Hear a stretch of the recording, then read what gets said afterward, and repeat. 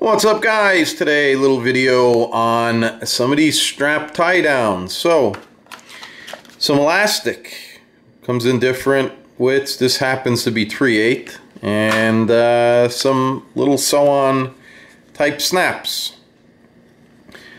What I did was took the two tops, full top, bikini top, and I rolled it up, and then I just used these snaps. I sewed them onto the elastic here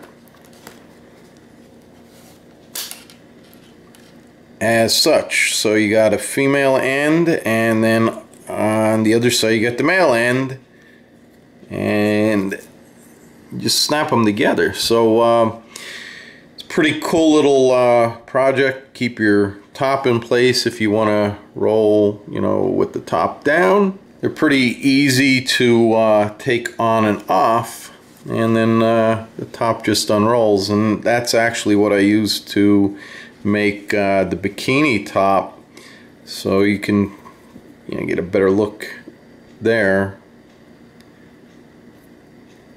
And the other thing they're good for too is like this is the bikini top, so you can do the front roof too, roll it up, and then attach it from your roll cage, and it's a good place to hang it.